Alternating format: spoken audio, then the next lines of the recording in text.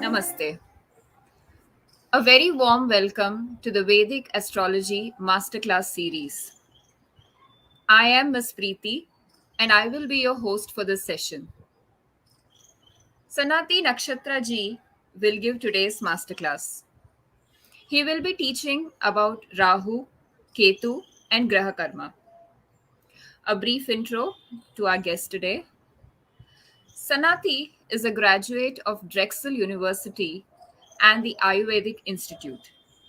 Kṣaṇāti studied with Mahadev Levine, Simon Chokoisky, as well as Dr. Vasant Lad, founder of the Ayurvedic Institute in Albuquerque. Kṣaṇāti taught many webinars with the organization Saptarishis Astrology for many years, centered out of Mumbai, India. And now he manages his own astrological organization, Kṣaṇāti Jyotish.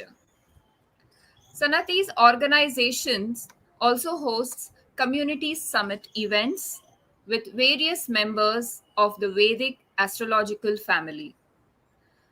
Kṣaṇāti is a faculty and teaches annual workshops at the Blissful Sedona Vedic Astrology Conference. He currently practices in his hometown of Philadelphia, Pennsylvania, and online as well. His most passionate topics include how to improve our planetary karma with ancient, contemporary, Ayurvedic, and practical remedies. Kṣaṇāti also has profound passion and has done research in the field of nakshatras, specifically nakshatra devata and their divine influence. He also teaches and does consultations for Vedic astrocartography and loves how to use geography for our greatest prosperity, love, and spiritual evolution. A very warm welcome to you, Kṣaṇāti ji. Wow, Preeti. Namaste. I'm so honored by your beautiful introduction. It really touched my heart, and I really appreciate that. And I just wanted to mention, too, that I'm hosting a conference November 17th to the 21st this year, Parashara Conference, where there's going to be some amazing astrologers, Visti Larson, Sarbani Roth, Eve Mendoza, Camilla Sutton, Narasimha Rao, many exciting astrologers. So I just wanted to share that little bit. But thank you so much for your kind introduction. Today, I'm going to be discussing a topic that I'm very, very enthusiastic about, because a lot of times when we discuss karma, we think about this lifetime. When, if we really study the Vedas, we find the majority of our karma is inherited from our samskara. So then how do we understand to use Jyotish as a tool to understand this samskara, to understand this karmic debt? And I believe using Rahu and Ketu Nakshatras is actually one of the best methods to help determine this comparison between our samskara and our karmic debt. I'm so honored to be invited here under the blessing of B.V. Raman and his family. I'm surrounded by their books, by their teachings. They've always been a part of my life. And I just want to say from the bottom of my heart, this is one of the deepest honors that I've been offered to work with such a wonderful family. So before I share my screen, I just wanted to let everyone know that. Now I'm going to share my PowerPoint. Oh, Preeti, can you confirm the PowerPoint looks okay?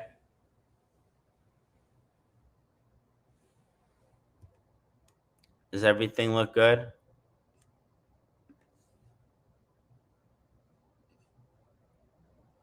Well, I'm going to assume that it looks okay, or they would probably say something. So I'm going to continue. So I'm going to be discussing how to improve our karma with Rahu and Ketu. This masterclass is a nakshatra-based approach. But before I can begin discussing anything at all, I have to honor the teachers and the gurus that have come before me. Now, of course, I have Dr. Vasant Lad, who I would like to honor. My uncle Durgadas, who's a kirtan musician and a big influence on me. My Jyotish teacher through my guru Amma Mahadev Levine, and another fantastic astrology teacher I learned a lot from, Simon Chikoisky. But above all, I would like to honor my guru Mata Amritananda Mayima, because nothing is possible in my life without her blessing, without her light. So I'd like to, before I start, do a quick chant to Ganesh and to my guru to take my ego out of this situation today. Om Gananam Twa Ganapati Mahavamahe Kavim Kavinam Upamastrabastamam Jaistarajam Brahmanam Brahmanaspatanaha Srinmanu Tibihi Siddhasadanam Vakratunda Mahakaya Surya Koti Samaprabha Nirvignam Kurume Deva Sarvakayeshu Sarvada Siddhi Buddhi Shakti Sahita Shriman Mahaganati Pataye Namo Namaha Nirvignam Kuru. Om Twameva Matacha Pitta Twameva Twameva Bandhucha Saka Twameva Twameva Vidya Dravanam Twameva Twameva Sarvam Amriteshwari Namaha Twameva Sarvam Amriteshwari Namaha Twameva Sarvam Amriteshwari Namaha. Hari Om Om Namah Shivaya. So thank you for allowing me to take the time to honor my teachers. Now let's get into the table of contents. So we're going to discuss soul cycle philosophy. We're going to discuss Ketu and Samskara. We're going to discuss Rahu and Karmic Debt. And I'm going to give you a technique that you can use to start to understand your Karmic Debt and Samskara through the position of Rahu and Ketu. But first, we have to discuss a little soul cycle philosophy, because it's so important to understand the concept. You know, samskaras are impressions made from our previous lives, psychological, mental, and spiritual patterns based on our soul's previous lesson. I like to say that a samskara is like a tattoo. When the jivatma dies, when our body dies, the tattoo is removed. But that impression carries through to our next incarnation like a scar, like a burn, like something that is always going to be carried with us. Samskara and karmic theory are beautifully interwoven into Jyotish, and our samskara is clearly shown in the chart, and we have a deep relationship with our karmic evolution as manifested in our chart. So samskara, as elaborated on, manifests as an evolution in three different aspects: wisdom, unfinished lesson, and karmic debt, which manifest in these psychological habitual patterns.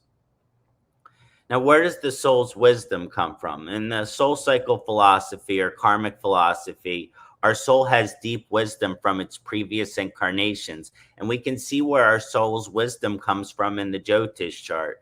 Every soul has certain aims and areas of life which it has focused and worked on in its previous incarnation, and we can see where we have these areas of knowledge and experience at a deep soul level.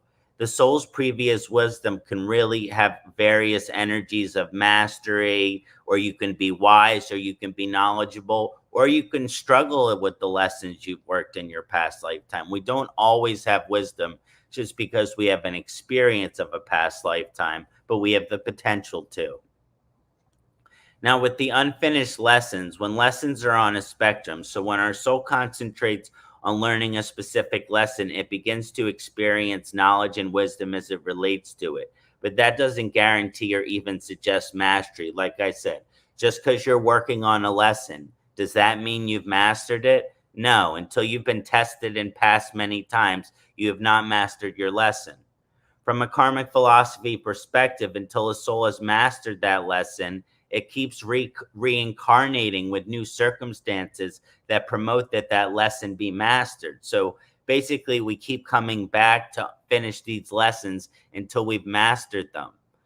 And so often a soul in its incarnation can have a profound wisdom as it relates to a lesson, but it might fail showing that wisdom when it's tested in an arduous way, right? It's easy for us to not be tempted by something when it's not in front of us. But what if a food that we know is unhealthy is sitting looking delicious in front of us? Then it becomes more tested. So that's how the wisdom becomes integrated. The soul will continuously reincarnate until that wisdom can be applied no matter the circumstance or situation. Therefore, it can be shown there is often unfinished business as relates to our wisdom or experience, because in some circumstance or situation, we might not apply that wisdom. Now, what is karmic debt? Karmic debt manifests in multiple ways. Karmic debt manifests as kind of consequences for our struggles as it relates to specific lessons or evolutionary aspects in terms of our soul's wisdom. But we're not thinking of consequences as a punishment. It's just the reaction. It's the manifestation of the reaction of our past life struggles. As we struggle with our unfinished business, it relates to our previous life wisdom through the karmic debt, which we work out. So we work out our previous life wisdom by focusing on the karmic debt that our chart wants us to focus on.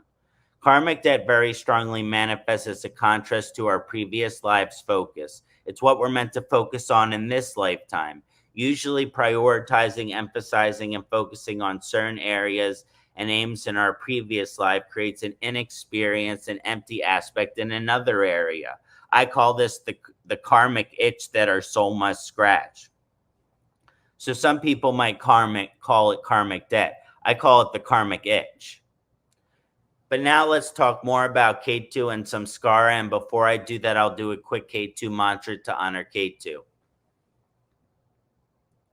Om Palas Puspa Sankasham Takara Grahamastakam Rajram Rajatikam Goram Tam Ketu Pranamam Yaham. Om Palas Puspa Shankasham Takara Grahamastakam Rajram Rajatikam Goram Tam Ketu Pranamam Yaham. Palas Puspa Sankasham Taraka Grahamastakam Rajram Rajatikam Goram Tam Ketu Pranamam Yaham. Om Kram Krim Kram Sahakatave Namaha. Om Kram Krim Kram Sahakatave Namaha. Om Kram Krim Kram Sahakatave Namaha. Om Kram Krim Kram Sahakatave Namaha. Om Hrim Aim Katave Namaha. Namaste. So now how do we use Ketu to determine samskara? So Ketu represents our soul's previous incarnations, experience, wisdom, and aims of areas of concentration. So we use the house position of Ketu to determine the aim or area of life which our soul is focused on in our previous lives, what we might call our soul pattern. The house position or bhava of Ketu just shows which aim and area has been focused on, but not the level of wisdom or specific lesson. That's determined by other significations like Nakshatra, planetary dignity, divisional charts, but we are looking at that aim or area of life that we focused on in our samskar. For example, if a Ketu is in the 5th house, depending on other aspects, it shows a focus in your previous lifetime around children, education, creativity, romance, spiritual techniques, a lot of those things that we might have show up in the 5th house. So how do we use planetary dignity to determine what I call samskara evolution level? Planetary dignity is a planet's condition relative to the sign and nakshatra. There's all sorts of dignities: exaltation, mulatitona, natural, great, friend, neutral, enemy, great enemy, debilitation.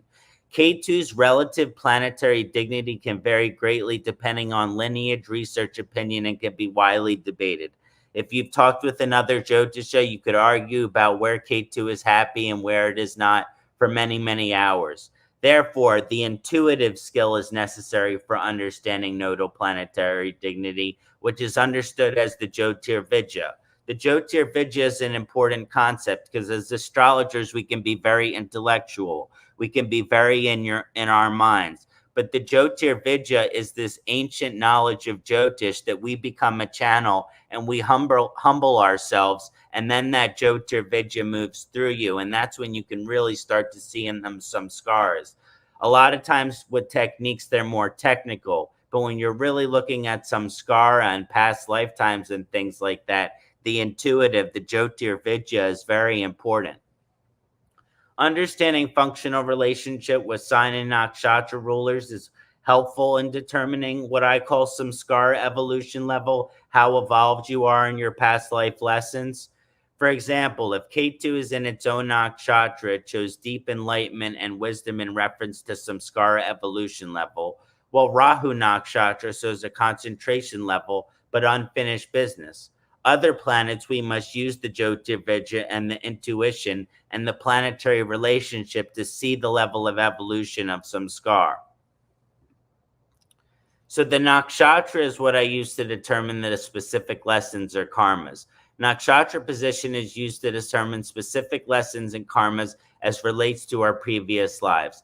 Knowledge of the ruling devatas of each nakshatra, as well as the Shakti and the Jyotir Vidya, are really helpful in helping to look at these samskaras. Ruling devata is key to determining specific lessons because that's the one who's teaching the lesson. Each nakshatra has a specific lesson in karma and will manifest through the devata, which rules that nakshatra, as well as the house position and relative dignity. For example, if Ketu is in Jyeshta nakshatra, that shows strong specific lessons in breaking free from ancestral karmas that have been laid out energetically through our family to become a leader in our own right. House position and dignity will be used to determine which area we are breaking free from ancestrally and to become a leader in. And the dignity will show how far we evolved in that lesson. So that's the technique of Ketu to determine samskara. I have some examples here, but before I get to the examples, I want to discuss Rahu and karmic debt. And then based on how much time we have left, then I will move into the examples. Let me do a quick Rahu mantra to honor Rahu before we discuss the karmic debt that Rahu can create.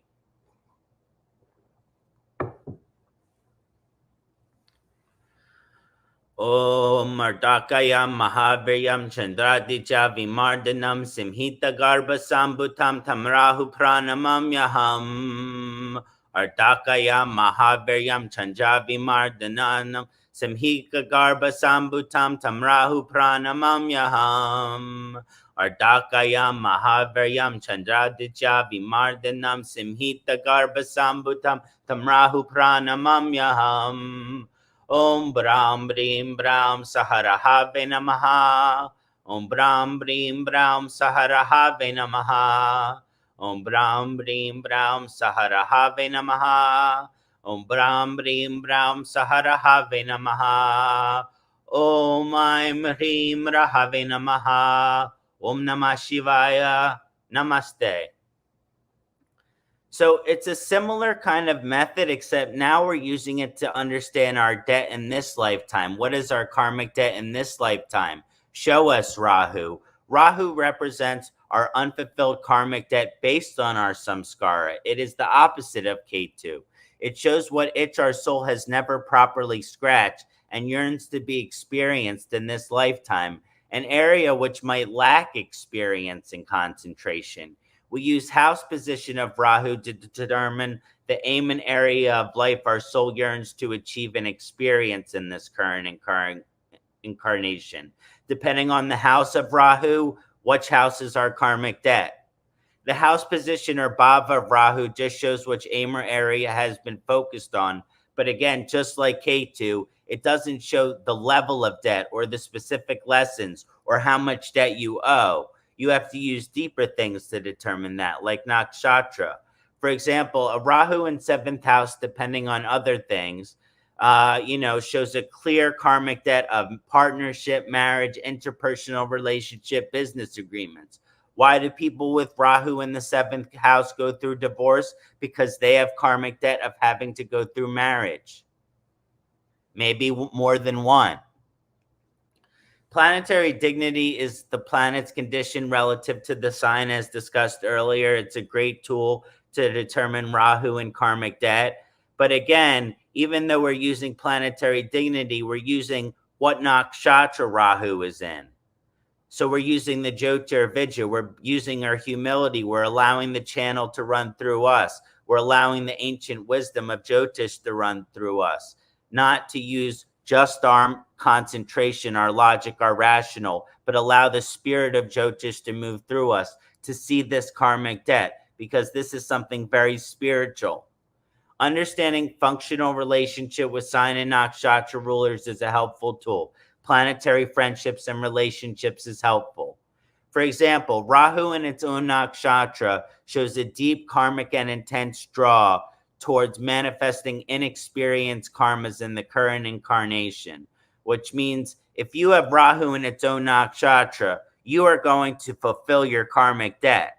While Ketu nakshatra shows a need to experience it, but it's not as intense because of the moksha of Ketu. So after it's experienced, the person can move away from it. With Rahu, it will be there your whole life with Rahu in its own nakshatra, that debt. You will be paying it off your whole life. Other planets, we must use the Jyotish as well. I always use nakshatra to try to determine the specific debt karmas.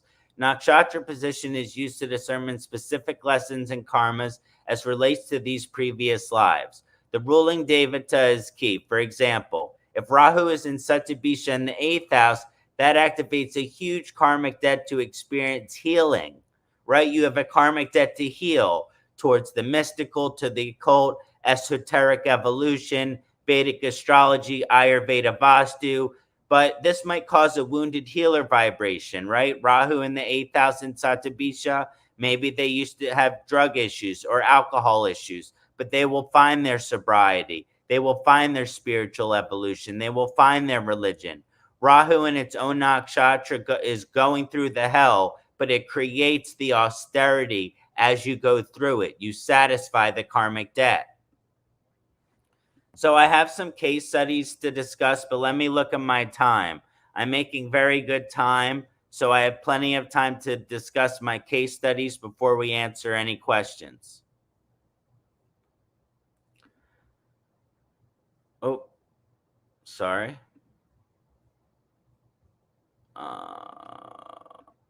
Okay, there we go. So the first is a Ketu study, and I like to use Yogananda as the Ketu case study. I think it's really helpful and it's really profound. So with the Ketu and Samskara, first we're going to be focusing on looking at some of the wisdom of Yogananda, and you can see that his Ketu is in Swati Nakshatra in the 3rd bhava. So this shows that he has a ton of past lifetime wisdom and a ton of past lifetime wisdom in the mystical and the occult. This is someone who is very spiritually and mystically aware and is very skilled in very spiritual and mystical techniques coming from their past lifetime. And because of the upachaya, they want to work on themselves. They want to be the best person they can be. They could, it can show that in the previous lifetime, even though you might have different teachers, there's this dedication to the guru. So there's a lot of energy from the samskara of Yogananda when you're looking at this focus on improving myself spiritually. So when he came to as Yogananda, he was already so spiritually evolved. When you look at the karmic debt for Yogananda, it's a little bit different because we have Rahu and Ashwini in the 9th house. That's the house of the guru. So we have this karmic debt, and that Yogananda wanted to be not wanted to be a guru, but how this debt to become a spiritual teacher. And with Rahu in the 9th house, there's that bringing the yoga to the Western world. He was very devoted to his gurus. He was very devoted to his teachers. But when he came to the Western world, then other people started seeing him as the guru. And even though he is no longer here in his physical body, people still worship him as a guru.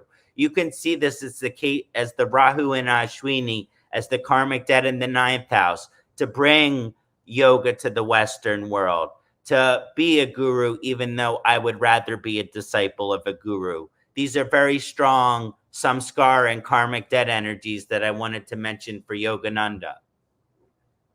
This is my chart just to discuss a little bit about me. I don't want to talk about me too much, but when we're looking at my samskara, you see Ketu and Purva Falguni in the seventh bhava. So I have a lot of past lifetime experience and wisdom in terms of being married, in terms of being a good partner. I like to be married. I like to be in a relationship, and I like to make my partner happy. I like to put my partner first. So I already have a lot of wisdom and experience in terms of making other people happy. You know, when I was younger, I studied hospitality. It's always been a very strong part of me. But again, this is my samskara. What's my karmic debt? Rahu is in Satyabhishak ascending. I have to be true to myself. I have to become the astrologer. I have to embrace the study of astrology. I cannot be codependent in my relationships. I have to be independent. I have to be true to myself. And because of my samskara of wanting to make my partner happy, that can be a challenge. But I have learned through this Rahu and Satyabhishak ascendant that it's very important to understand that I have to be independent and true to myself to satisfy my dharma. Also, Satyabhisha, 100 poisons, 100 medicines. There are some things that are medicine for people that are poison for me. There's something that are poison for me that are medicine for other people. And this has been a very deep lesson for me to learn too, is that I have a sensitive system, and it's important to understand what my medicine and my poison. And we can see that karmic debt with Rahu in the ascendant. The samskara that I'm really moving away from, that I don't want to repeat, it doesn't mean that I can't be married. I'm happily married, but I cannot be too attached in the marriage, because the strong lesson of non-attachment due to Ketu. We'll skip Gandhi for now and do a couple Rahu. So here I have Amy Winehouse.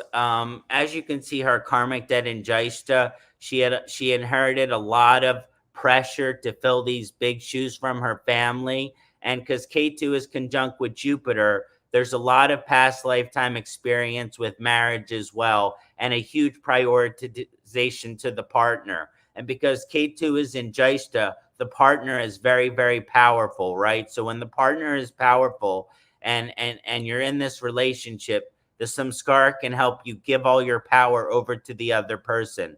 This is what I believe is part of the samskara of Amy Winehouse, and that is why the Rahu is in Mrigashira ascending with the karmic debt, that I need to achieve my fame. I need to reach my potential. I need to focus on my musical career. But she was always distracted by the samskara of the seventh house, which is difficult relationships, drugs, alcohol. And we all know that she died from drugs as well. And that Ketu Jupiter conjunction has that samskara. And Jyeshta is there's a lot of pressure. There's a lot of pressure. How do we deal with pressure? Sometimes we deal with it in a healthy way, in unhealthy ways, like drugs. But to some extent, I do believe she did fulfill her karmic debt because of that Rahu ascendant. And it shows that she did achieve a certain level of fame because, remember, her voice is so powerful. So let's look at one more case study. I want to look at Pope Francis, which is the current Catholic Pope. He has a very interesting samskara with Ketu and Mrigashira, showing he's more of a mystical seeker. Now, Saturn is in its own sign, Mula Trikona, in the ninth house. So, of course, a Catholic person is going to be religious. But as far as religious people go, you're looking at a mystical version of it. He is a Ketu ascendant with Mrigashira. So he has worked on very many past lifetimes on having a spiritual relationship with Christ, on practicing the teachings of Christ, the mystical traditions of Christ. It's not always about the rules and the laws and the religion, but the teachings and the mysticism. And this is in a very ascetic position to have Ketu and Mrigashira ascendant. So I believe he may have a social or public presence in this lifetime, but in his past lifetime, he was just a monk who studied his religion, who studied the mysticism, who studied the teachings of Christ. And that's part of what earned him this blessing of becoming the Pope in this lifetime. When you look at the karmic debt, we see Rahu and Ketu's Nakshatra. You'll notice that I mentioned that that means that there's mastery or the potential for mastery in this lifetime.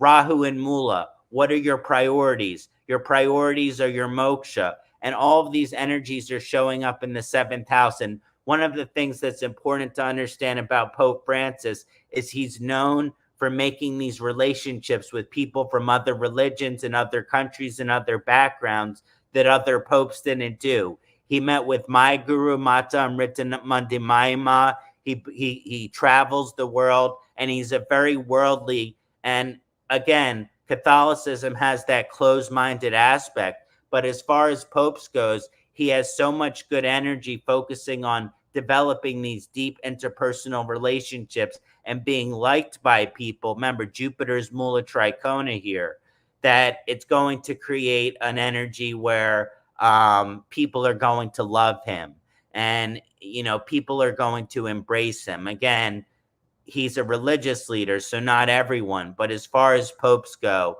I think that he really has a beautiful samskara and karmic debt. So I just want to conclude a little bit before I take any questions. The soul cycle, karma, reincarnation are essential principles of Vedic philosophy and Jyotish. To believe in Jyotish without reincarnation and karma, or at least being open-minded into it, is limiting and miss the point of Jyotish. The point being to align and achieve the Vedic four aims of life, Dhammartha Kama Mokshanam, on the path to our Mahasamadhi, ending the cycle of reincarnation. So if we're not looking at our samskara and our karmic debt, then what are we really doing here but repeating patterns?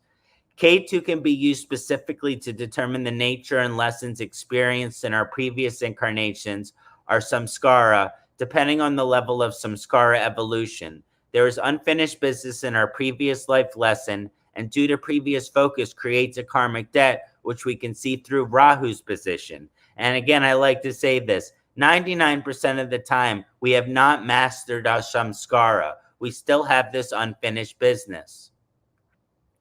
Rahu shows the aim and area in our lives which yearns to be concentrated on and fulfilled to complete our karmic cycle or karmic debt evolution. This will either be exciting and come easy to us if Rahu is well positioned, or be something we fight against despite it being our karma and our soul's journey if Rahu is in a poor position.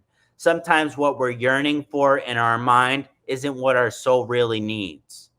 Remember that with the karmic debt. Comparing and contrasting the methods elucidated on in this presentation can determine the exact approach a native should have in their lives to fulfill the bulk of their karma and take a closer to maximum evolution in this lifetime. Understanding Ketu house, Ketu sign, Ketu nakshatra will show you samskar. Understanding Rahu house, Rahu sign, Rahu nakshatra will show you your karmic debt. And through these two aspects, we can fulfill our karma and get closer to the samadhi and get closer to the mahasa samadhi, which is the purpose of our human incarnation. Thank you again for allowing me to elaborate on my research with Rahu and Ketu nakshatras, samskara and karmic debt. And now I would like to open everything up for questions.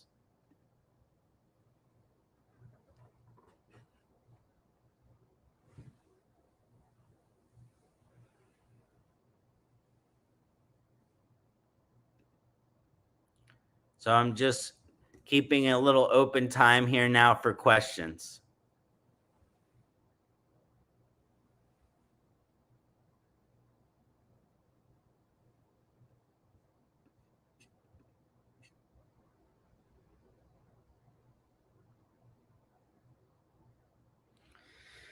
Does anyone have any questions? You could put them in the comments or in the private chat, whichever you like. What is Kalasarpa Yoga? That's a great question. Kalasarpa Yoga is when Rahu and Ketu, well, I say they dominate the chart, but it means that Rahu and Ketu, there's no planets in between them. right? So they're cutting off a certain portion of the chart. This is very deep when understanding the topic of samskara and karmic debt, because when you have Kalasarpa yoga, the samskara and karmic debt becomes the concentration of your life. I mean, that's always the concentration of your life, but it comes unavoidable for the Kalasarpa person. So if you have Kalasarpa, really look at your Ketu and Rahu position and try to understand the samskara and karmic debt, and you can really evolve to fulfill your karma in this lifetime and achieve a lot of nourishment on a soul level. Great question. Thank you, Kṣaṇāti. Any other questions?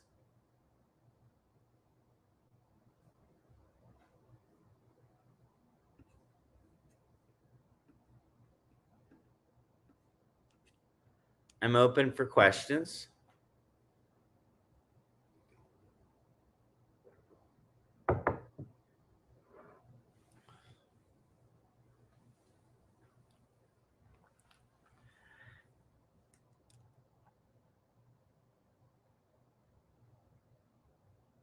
Any questions from anybody? Private chat. Oh, here we go. You mentioned that Rahu shows aim and area of our life. In that case, what does our Chara Atmakara? So it shows the aim and area of life, but in a very different way. It shows the aim and area of life in terms of what our debt. Now, again, the Chara Makaraka, there's a lot of soul memory there. The difference is that the aim and area of life that Rahu is positioned in, our soul doesn't have experience with this before this lifetime usually, and we need to have experience it. So the Chara Atmakarika shows, yes, maybe we have some previous life energies and this powerful energy, but we have some experience with this. With Rahu's aim and area of life that it's affecting, that karmic debt, we really tend to lack experience in that area. Thank you for the question, Raman Suprajaramaji. Next question. Why is only Rahu considered karmic debt? This is a great question. Rahu and Ketu is not only considered karmic debt. I'm focusing on Rahu and Ketu to show our samskara and our karmic debt. But all of the Navagraha shows our karmic debt. Jupiter, Saturn, Mercury, Sun, Mercury, it is all connected to our past lifetimes because no karma exists. So we have to understand that it's really, it's not that Saturn doesn't have this huge amount of karmic debt too. It's just that you can't ignore Rahu and Ketu when understanding this. Good question. It is the karma karaka. But we have to understand that Rahu and Ketu, how much karma is involved there. What is result of Rahu and Ketu debt when they occupy different signs? Will be the same for Rahu being exalted, debilitated, or in a friendly sign. This is a great question too. Now, according to some astrologers, Rahu has no dignity. So you might want to say that, oh, it's fun, Rahu has dignity. But to some astrologers, Rahu has no dignity. And it doesn't have dignity associated with Rashi necessarily.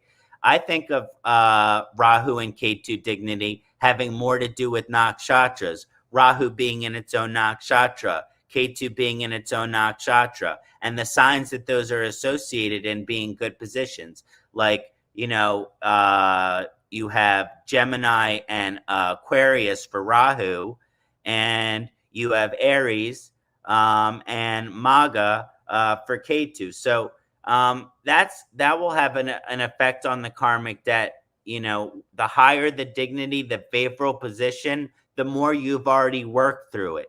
When the dignity is very difficult, you have a lot of work to do on this lifetime with that. The charts are showing are always having Rahu in 1st and 7th. What happens in other houses? So as discussed in the elaboration, when it happens in the other houses, then the samskara goes there. So if Ketu is in the 12th house, your past lifetime has a very strong renunciative energy. You could have lived in an ashram, renunciate marriage, not be married, not have children, not have money, like a sadhu lifestyle. So you have to look at the change of the houses to understand, where is our soul's previous experience? Is it in the 12th house?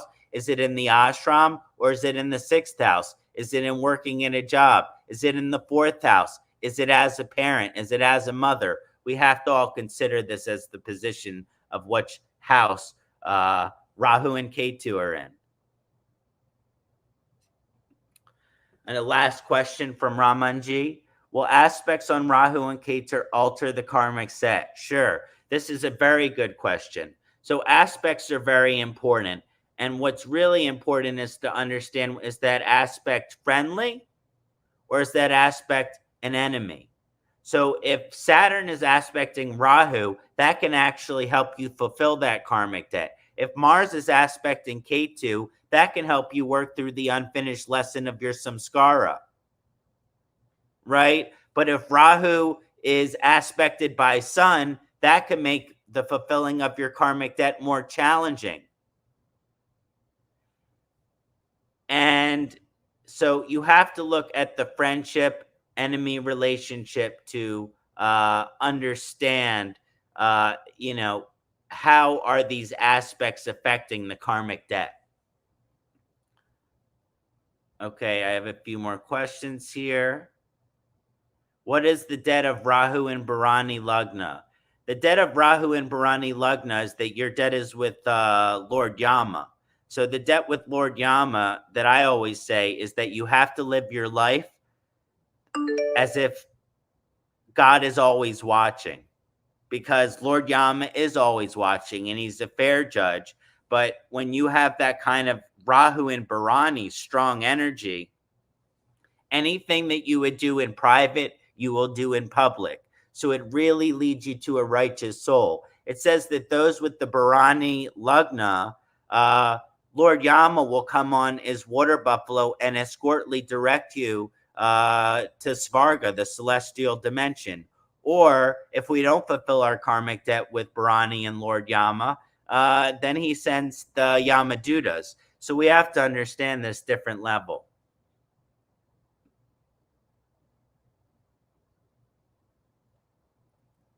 What if Ketu is Venus in the 12th house? Again, there's strong renunciative vibrations in your past lifetime. But with Venus, if you're a man, it's the renunciation of the woman.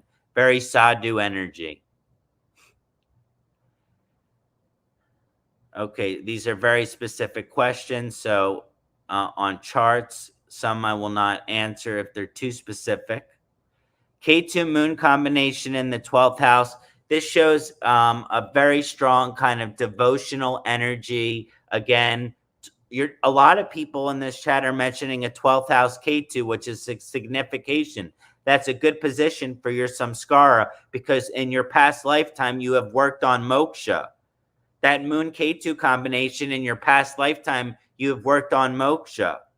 But are Ketu and moon happy together? No. Are you meant to focus just on moksha in this lifetime? Probably not, but the moon will want to make you. What if Ketu is in 2nd house? This means you have past lifetime artabhava, with wealth, with financial security. So Rahu is in the 8th house. So instead of wanting to have a materialistic oriented life, it wants you to have a spiritual, mystical oriented life with the Rahu in the 8th house. And of course, that makes sense what you're saying, Funny G. Please refer any books for astrology students. So for beginner astrology students, I really, really like Vedic Astrology Put by William Levacy. He's not alive anymore, but it's a great 100-page book with all these tables, and it's a great beginner's book. When it comes to the Bible of Vedic astrology, of course, I recommend the Brihat Parashara or Shastra, because I come from a Parashara lineage. And of course, any books by B.V. Raman or Sanjay Raji. These are good books. Camilla Sutton's books are good. Dr. Foss's books are good. So those are just some books that I'd like to read. Oh, The Greatness of Saturn. That's a great one too. How to best live Ketu Dasha. People suffer a lot. Wherever Ketu is in your chart, see, it depends, because sometimes Ketu gives you things, but you can't be attached to it, or you don't get to keep it. So if Ketu gives you something and you are attached to it, like a marriage, then you will be divorced by the end of it, because it will take it away. So how do we appreciate, how do we love something? How do we be devoted to something without being attached to it? That is the best way to live Ketu Dasha, is how do I show that this thing is important, but still remain independent? How do I not focus on this? How do I not repeat the same patterns of this lesson? Thank you, Kṣaṇāti ji. So that's all the questions that we have for now. One more question. Can you speak about the spiritual yogas and astrology? Sure, we can speak about spiritual yogas, but I would like to keep the questions focused on Rahu and Ketu. I mean, some of the very spiritual yogas involving Rahu and Ketu include Rahu Jupiter and Ketu Jupiter. That's a beautiful yoga. That's a beautiful union that has a high evolution. I also like Ketu Mars, Rahu Saturn, Rahu Venus. These are more of the favorable spiritual yogas. When Rahu is with Jupiter, Ketu is with Jupiter. This is a very favorable kind of Rahu Ketu kind of yogas. The Guru Chandal. We discussed the debt of Rahu and Bharani. So we already answered that question. And we've discussed, so if Rahu and Venus is in the 12th house, it actually means that in your past lifetimes, you focused more on the material. So now in the lifetime, you must focus on the spiritual. Go visit ashram, go visit temple, relocate it out of the country that you were born in. This is a very important energy. Okay, one more question and then we're going to end it. So would anyone like to ask the last question?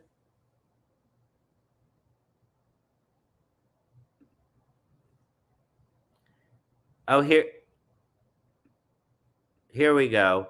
Ketu at 17 degrees in the 4th house. So when Ketu is in the 4th house, that means you have a ton of past lifetime energy in being a parent, in being a mother, in focusing on the family. You have wisdom in being a good parent if it's well positioned.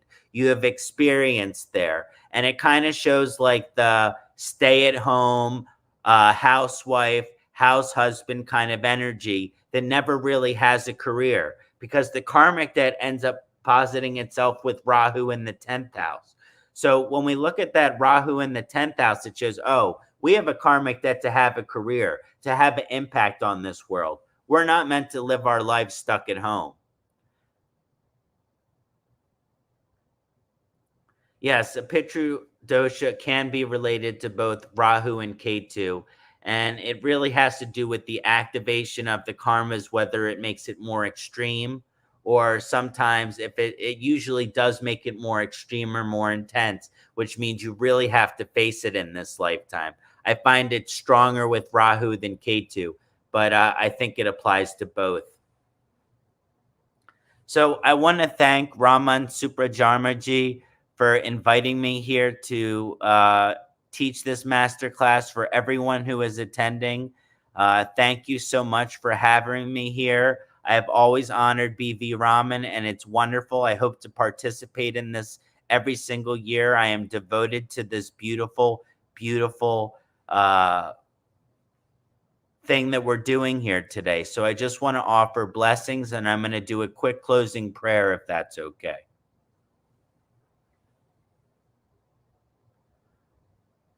Om Sahanao Bhavatu Sahanao Bunaktu Saha Viryam Karavavahe Tejasvina Vaditamastu Ma Vidvashavahe.